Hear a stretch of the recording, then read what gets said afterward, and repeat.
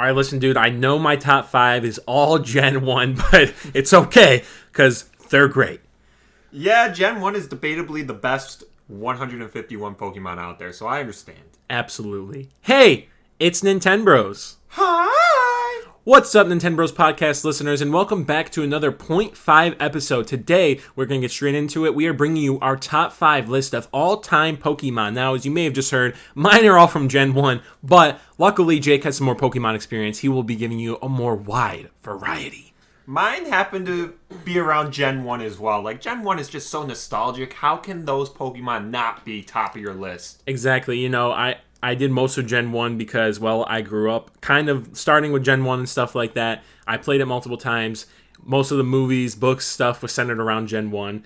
And what most of the game media. Did you play? What game did you play the most around Gen 1? Wasn't it Pokemon Red? Was it the big square cartridge of Red that you played? Probably. It's probably something like that. Red or Blue, definitely, back in the day. And then, I don't know, I feel like all the media is really focused heavily on Gen 1. So yeah, it did. That's all that I see, really. And since I'm not a huge Pokemon fan, I just gain all of that Gen 1 knowledge for the most part. Gotcha. You know? So it makes sense. Yeah, but anyways, let's move straight into our number 5. Let's not keep them waiting. What is your number 5? So my number 5 Pokemon is not a Gen 1. It is the polar opposite. It is Gen 8. See, and I looked at your list before this, and this is a good pick. Absolutely. So when I was doing Generation 8, I was not a huge fan of Sword and Shield, I'll be honest. But some of the Pokemon build, like how they looked, I thought they looked really cool. I just didn't like how linear the whole thing was. Right. But one of my main Pokemon through the whole walkthrough was Centiskorch. Mm-hmm. And he's like that flaming centipede dude. And yeah, he's cool. He was like one of my top dogs throughout the whole game, and I was so hyped when he evolved from the little centipede dude. I don't really remember the first evolution name, and I barely remember his name because Gen 8 is so less memorable to me than Gen 1. But I still think he's worth number 5 because Gen 8 was a huge comeback for me with Pokemon because I've always been a Pokemon fan. Yeah. But when it released on the Switch, I was like, oh man, I can be a Pokemon fan again. So I got Sword, and I really relished being a Pokemon fan again. He kind of just brought my love back. So Centiskorch, Gen 8, definitely a homie. Especially back on like a big name home console. Like obviously you had the Wii U. I don't think a main title came out on there. Mm-hmm. The last main title before that was a 3DS, which wasn't as popular with you because I think, you know, life, you just weren't back into that at that time, into other stuff. But then Nintendo Switch brought that all back. So exactly. For and sure. Before we go to your number 5, I just have the little Pokédex entries that I want to talk really quick. So Centiskorch, when it heats up, its body temperature reaches about 1,500 degrees Fahrenheit. It lashes its body like a whip and launches itself at enemies. So it's pretty sick. It's pretty awesome. Yeah. Homie's a fiend. He's cool. For sure. All right, moving on to my Generation 1, right? All my Gen 1 Pokemon. At number 5, we have, of course, Pikachu. He's not as high on my list as he is on yours. I know that for sure.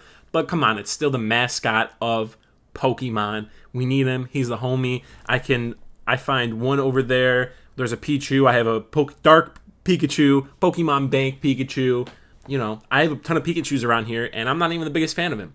So I feel like he just has to be on here, the mascot. He's also on a poster over there. So yeah, the guy, the homie. We brought a bunch of Pikachus to watch Detective Pikachu. Yeah, we did. I mean, I could kind of go on about Pikachu, but he's been out windows. He's waved at so many other cars. Yeah, for sure. He's just the homie. You got to have him on here, even though I'm not the hugest Pokemon fan, which is why he wouldn't be closer to my number 1. If we're using the logic that you're using to place Pikachu at number 5, I think he should be number 1 because looking at your list, right, I don't see a single Pokemon of your number 1 around here. I don't. But I see plenty of Pikachus. So are you? I mean, it's how much easier is it to get Pikachus than say Gengars? Just a little bit easier, slightly right? Easier. Just a little bit easier. You're right. All right. Moving on to your number 4. Number 4 now. Starter Pokemon are usually the most memorable because you have them for your whole journey. For sure. And Diamond and Pearl was the last Pokemon before I kind of fell off of it. So Gen 4 was like the last die-hard gen that I played through as a kid. And so the first one that I had was Turtwig. And Turtwig is such a cute little homie. Turtwig, yeah, he is. For Pokemon to make a cute starter and then an even better banger for like the final starter evolution, that's a home run. So Torterra, I feel, fits the bill. Turtwig's cute. Torterra is a menace. and I just absolutely love Torterra. Wasn't Torterra in the Detective Pikachu movie? And Yes, they were like on his back, and then they were like, "Whoa, how is this moving?" Yes. Yeah, that was a sick part. Definitely a cool Pokemon. I would agree. Number 4 from me is going to be Pokemon Legends Arceus. I think he was in. He was one of the main bosses. Arcanine. Yes. I don't know why, but I've always grown just like this love for Arcanine. He's just so cool. He's a fire doggy. I mean, it's just awesome. I feel like I can't say a lot more about these guys than you can, just because, you know, I don't play Pokemon as much, didn't grow up on it as much. It was much more Mario thing from me. But Arcanine, I remember always getting him in playthroughs. I'd be like, can I get a Growlithe? Do you remember where you can get a Growlithe in Gen 1? Or no? Probably not. Okay, he's all the way in Cinnabar Island. So really? You cannot get an Arcanine until like almost the 7th gym leader for Gen 1. So Arcanine is almost like a legendary Pokemon. In fact, when you go through the anime of Pokemon and Ash looks at this template or something, or this like stone, it has the 3 legendary birds, and then it also randomly has Arcanine on the bottom right. Really? Yeah, so I don't know if Arcanine was supposed to be like one of the legendary dogs, or if he was supposed to be coupled with the legendary birds, but he is legendary in a sort of way. Yeah, so he's just awesome. He is cool. A fire doggy. What else could you want? I remember when I was a kid, I loved dogs more than cats, so I was like, this guy's sick. And I think in most of my playthroughs of like other random games like Pokemon Rumble, I had one. All these other spin-offs, I had one. You know, honestly, I'm a Rapidash kind of guy. Really? Over Arcanine? Yeah. Arcanine's definitely... Yeah. Arcanine's definitely more powerful and could beat up Rapidash, like, hands down. But the makeup of Rapidash and how the flame mane just goes back and she has, like, flames on her hooves or whatever, I just think it's, like, a cooler Pokemon. But, again... I think Arcanine's awesome. Arcanine is pretty cool, too, so... But. All right, yeah, but our number 3s are actually similar, but they're the same. But you can go first.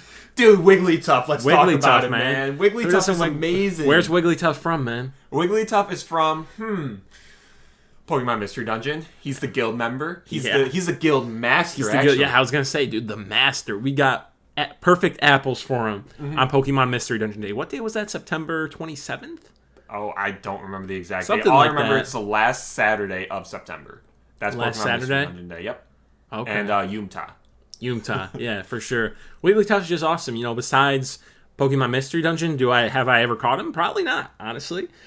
Here's the thing. So I've played Pokemon for like plenty of years, and I've played Mystery Dungeon and then gone back to play Ruby Sapphire, gone back to play Red, Yellow, Blue, and I've tried to catch a Jigglypuff because my love for Wigglytuff grew because of the other games, and he's not good. He's not a good Pokemon. Not good? No. His stats are like mediocre at best. He's not about to go out there and beat up anyone in the Elite Four for you.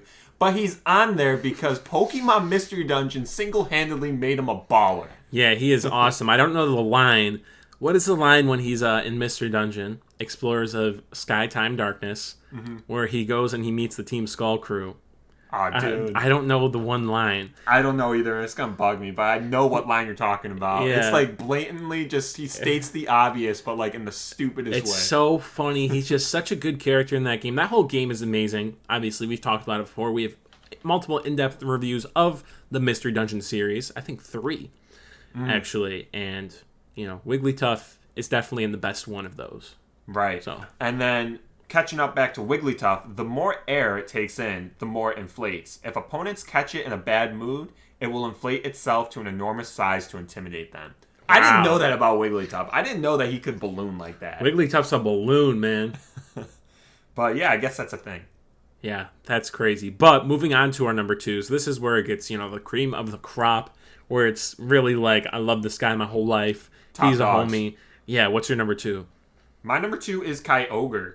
Kyogre. Okay. Now, I absolutely adore this Pokemon because I grew up on Pokemon Red, Blue, and Yellow, but they were handed to me as a kid, and I don't remember like receiving them as a gift when they were brand new. Yeah. But the first Pokemon game I do remember receiving brand new was Pokemon Sapphire. Nice. And I fell in love with the mascot of Pokemon Sapphire, and that's why Kyogre is my number 2, because that was the first Pokemon game that I remember playing from start to finish as mine, being brand new to me. And Kyogre is so cool. He knows the best moves. He can learn Surf, which is really good in Gen 3. Yeah. And oh yeah, water. Water much.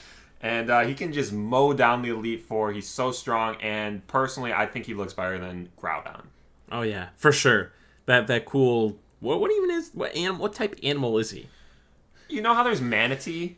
I don't know. Or no, maybe he's a stingray manatee type dude. He's like an ocean dweller, big fish. I don't know. Yeah, because he's not he's not necessarily an animal because Pokemons aren't always animal. They're usually based off of them, but they don't have to be like exactly like that. So he's some sort of water creature. Mm-hmm. And his Pokédex entry is through primal reversion and with nature's full power, it will take back its true form. It can summon storms that cause the sea levels to rise. So he's legendary. Crazy.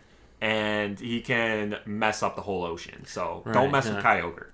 All right. Moving on to my number 2. I've been trying to think of a nice backstory like you have for like all of these, right? Mm-hmm. Because my number 2 is going to be Gengar.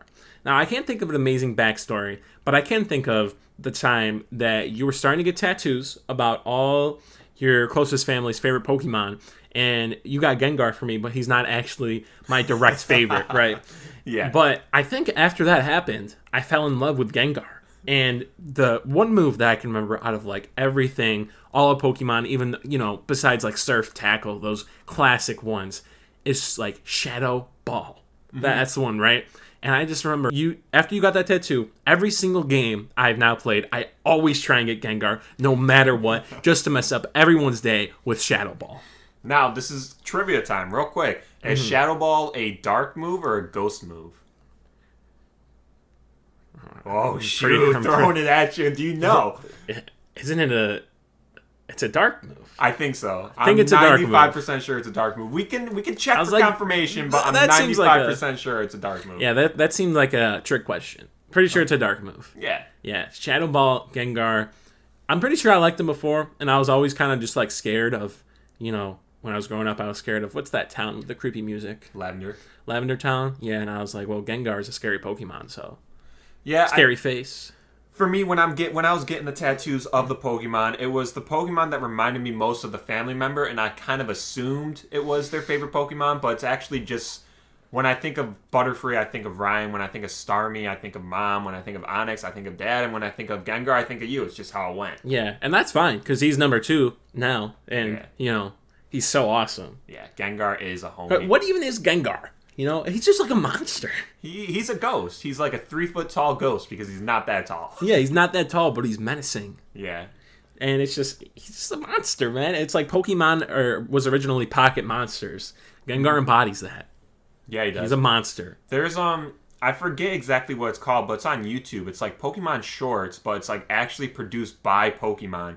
And they're like 4 minutes long, 5 minutes long, and they're spoken in Japanese, actually. Mm-hmm. Or wherever Pokemon's from. I think it's Japanese. I could be wrong. Don't quote me on that. It's kind of rough if it's wrong. But there was an episode about like a haunted school, and Gengar was like the main theme of it. Gengar was like one of the ghosts messing around with the school-age kids, just like scaring them. And I remember watching it like almost a year ago now. So that's cool. Yeah, Gengar's the homie now. I'll always try and get him. Mm-hmm. Love him.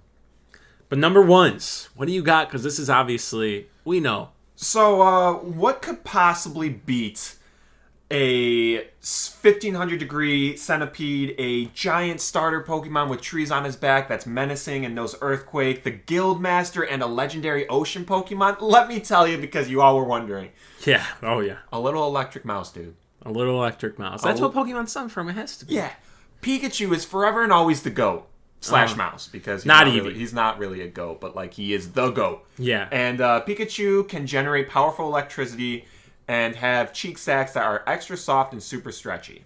Cool. That's Pokédex entry. Pikachu will forever and always be my favorite, even though he's the most mainstream and he's promoted heavily everywhere. I still love him. I've fallen into that trap every single time. I feel like I have 12, 13 Pikachus.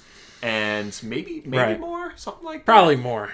Double it, give it to someone else. I'm not sure. Yeah, not sure. Me neither. But I got him tattooed on me because he is my homie. And Pikachu, when I think of Pokemon, I just think of Pikachu. And I can't put him anywhere under number 1. Yeah, even when I think of Pokemon, I don't think of my favorite Pokemon. I think of Pikachu because he's the mascot. Yeah. And that's great.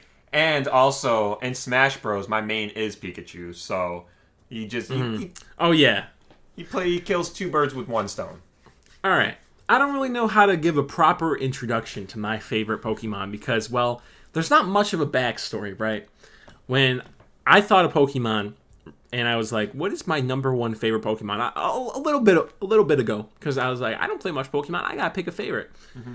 I was like, well, you know what? I love Squirtle. Water type is my type. I'm always gonna pick Water type, no matter the circumstances, unless it's Gen 8 with whoever the hell Sobble was. That terrible decisions there. It's like, what's better than a huge turtle with cannons of water on its back? Homie always looks pissed too. He's not smiling. He's not having a good time. He's just ready to end your day with water. Yeah. And I love water. Mm-hmm. So I love Blastoise as my number one. Also, can you name a more like unique name? Like Pikachu, it seems mainstream obviously, but Blastoise, it has like toys in the name. I love it. Blastoise suits him so well. Water cannon turtle. He's the homie. He is amazing. I love him.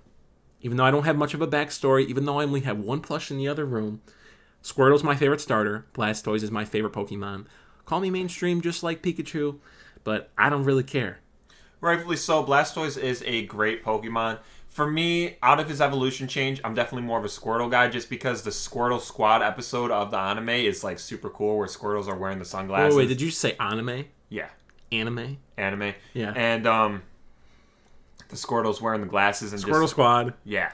Yeah. So I like that a lot. For sure. See, I don't have much of a backstory of why I like Blastoise. I guess it's just my favorite starter into my favorite final evolution. And he's cool. Very good. So yeah. That's going to be our top 5 Pokemon, everybody. We hope you did enjoy. Let us know if you have anything in common or anything different. Let us know if you thought one was weird. Maybe Wigglytuff at both of our number 3s. We're ready for a heated debate. But a debate is all we'll have. I don't know if you are. You have all Gen 1. I don't think you could debate outside of Gen 1, man. I think I could look Pokemon up. Maybe I gotta play more Pokemon. I've been in Gen 2 like a billion times. I can name Ho-Ho. I don't know who the hell the starters are. Dude, Totodile, Chikorita, Cyndaquil. Who do I get? Oh, yeah. Swampert, right? Dude, that's Generation 3. Oh, that's Gen 3. That's Mudkip, Trico. We gotta cut that out. That's embarrassing. That's awesome. Who do I get? Swampert. Wait, so who's the final evolution of Gen 2 for water? For Alligator. For Alligator? What? Yeah. Dude, it's Swampert. Dude, you're confused. It's Swampert. It goes Mudkip, Marshtomp, Swampert. Oh, that does make sense. And then it's Totodile, Croconaw, and then for Alligator. Okay, I guess. Dude, just bring it home. I'm embarrassed.